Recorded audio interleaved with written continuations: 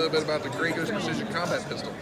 The reason why we built this pistol is because we did a lot of modifications to some weapons in our installation that we thought we could do on a go-to-market pistol already, so that the customer can take, you know, what they were wanting to do to a stock block and do it to this pistol and get it to the market already. So let's talk a little bit about it.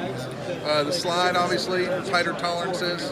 It's topped with night vision sights. It comes with our stock barrel.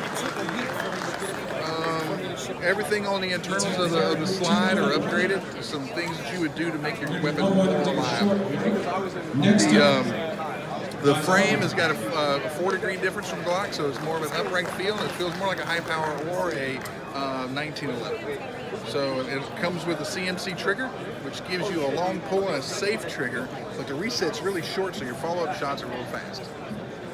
Extended mag release and double undercut under the frame. It's got a rail for a light, and that rail, the light rail, actually brings that light back into true in line with the bore of the weapon system. What you're finding in the market today, when you mount a light on it, the light's pointing northward, right? So we're able to bring the light and the laser back in line with the bore real easily.